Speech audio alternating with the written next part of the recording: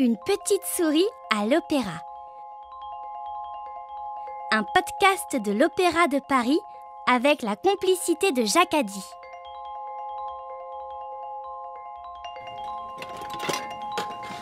Acte 2. La fabrique des rêves.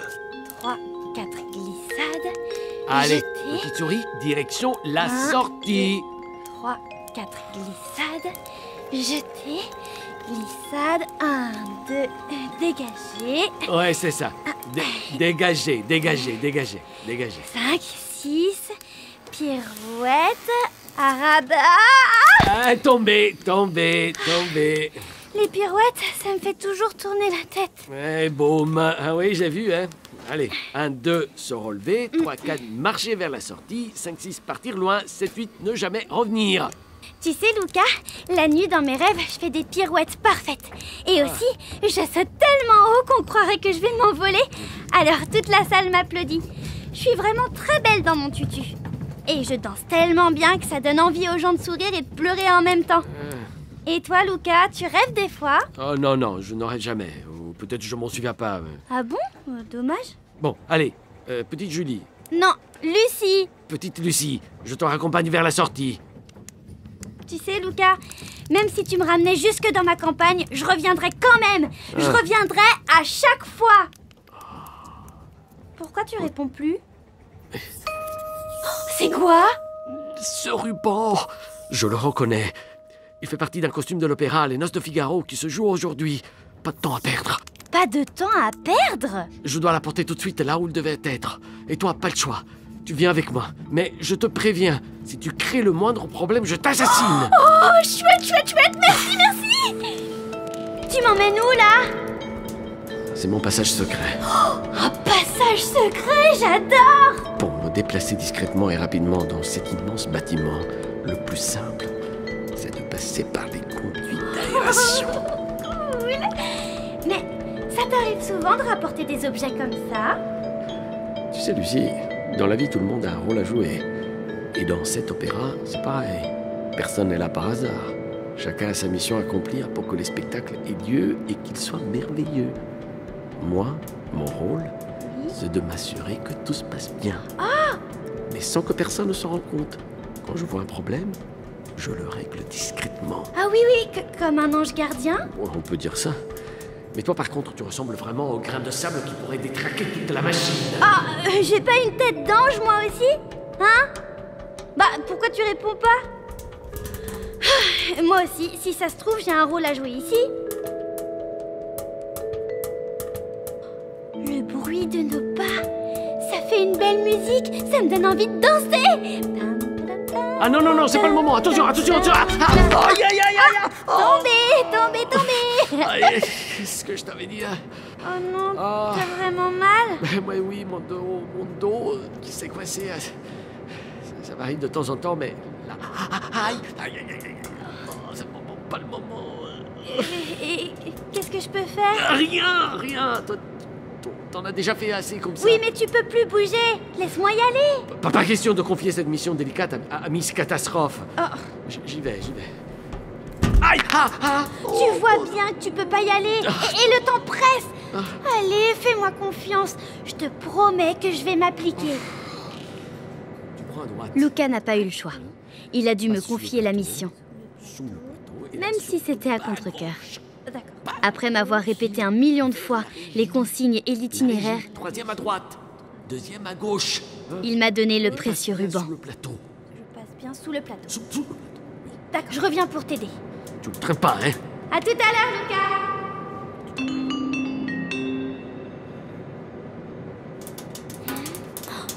Qu'est-ce qui se passe en bas? Des techniciens profitaient d'un petit moment de détente à la table de ping-pong pendant une pause. Mais pas le temps de flâner pour moi. Je devais remplir ma mission. Hop.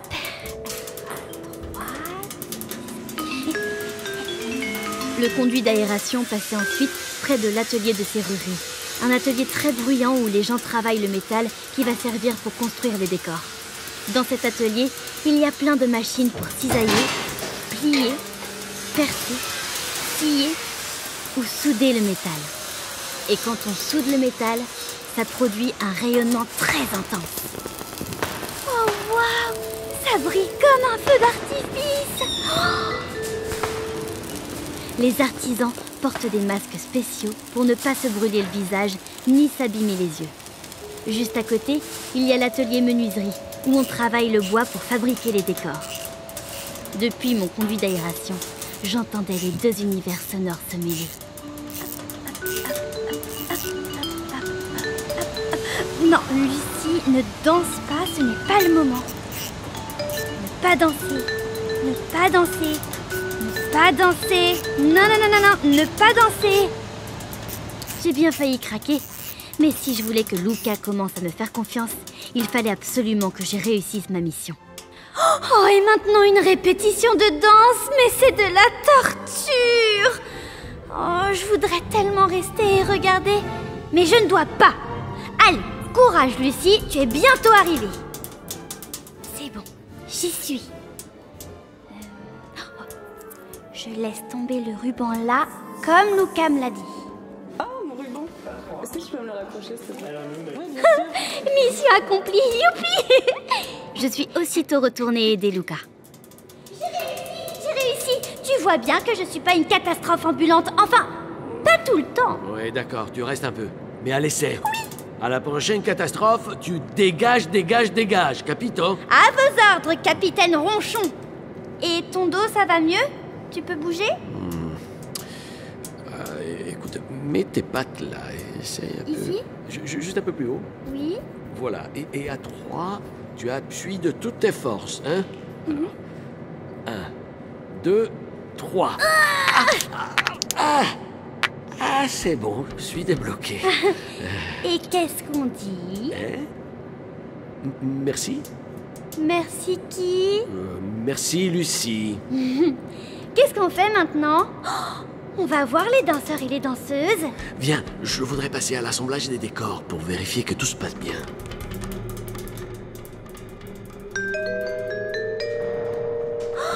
Comme c'est grand! Je peux monter tout en haut? Mais tu te prends pour une touriste devant la tour Eiffel? Mais regarde ce décor! Il est au moins haut comme 1000 Lucie!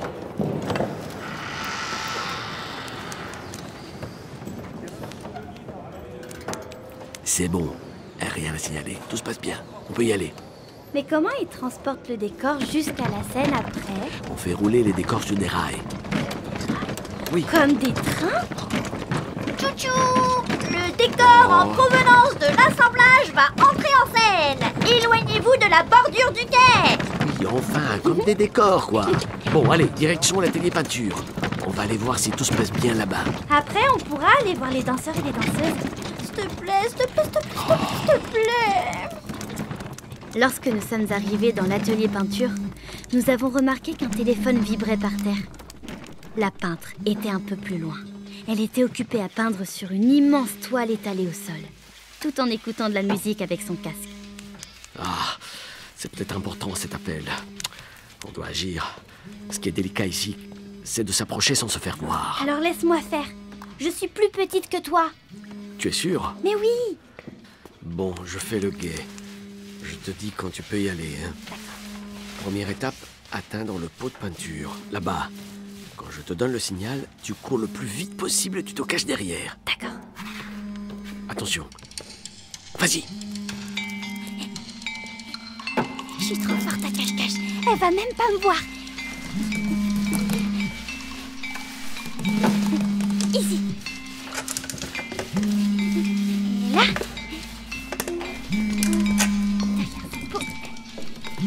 Hop, sous ce chiffon. J'ai profité du moment où la peintre posait son rouleau et prenait un pulvérisateur pour pousser le téléphone dans son champ de vision. Hop, ça a marché. Elle a remarqué le téléphone peu de temps après. Allô? Sauf qu'en voulant passer inaperçu, il y a eu comme un petit imprévu et je me suis retrouvée devant le pulvérisateur de peinture. Quand j'ai rejoint Luca, j'étais couverte de peinture. Allait-il se fâcher? Oh, regarde, Luca, je suis toute verte. Une souris verte qui courait dans l'herbe Je l'attrape par la queue, je la montre à ces messieurs. Ces messieurs me disent, trompez-la dans l'huile, trompez-la dans l'eau, ça deviendra un escargot tout chaud. C'est pas drôle. Enfin, un peu quand même. Dis, Lucas, on peut aller voir les danseurs et les danseuses maintenant? Ah non, tu ne peux pas rentrer dans la salle de spectacle comme ça. Oh, mais pourquoi? Tu portes malheur. Moi? La couleur verte est interdite dans toutes les salles de spectacle. Ah bon? C'est une superstition que tout le monde respecte. Personne ne veut prendre le risque d'attirer la malchance. Alors, suis-moi.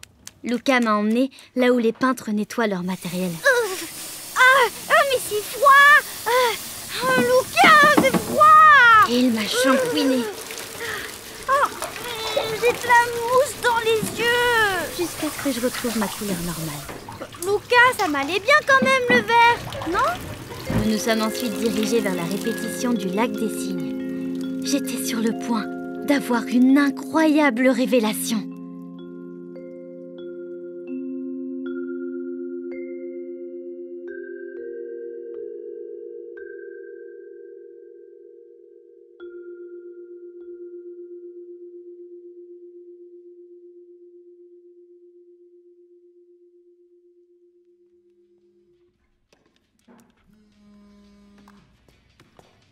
Une petite souris à l'opéra, un podcast de l'Opéra de Paris avec la complicité de Jacques Haddy. Produit par Kitsono Avec Lily Caruso. et Corrado Invernizzi. Écrit par Ève-Marie Boucher. Sur une idée originale de Benoît Husson. Et réalisation Ève-Marie Boucher. Et Benoît Husson. Musique originale de Cédric Barbier Bruitage, Benjamin Rosier. et Nicolas Lockhart. Montage son et mixage, Nicolas Lockhart. Prise de son, Nicolas Sacco. Producteur délégué, Benoît Husson. Coordination Opéra de Paris, Caroline Brown, Aliénor Courtin, Anthony Devaux, Inès Piovesan, Gwenola Tate.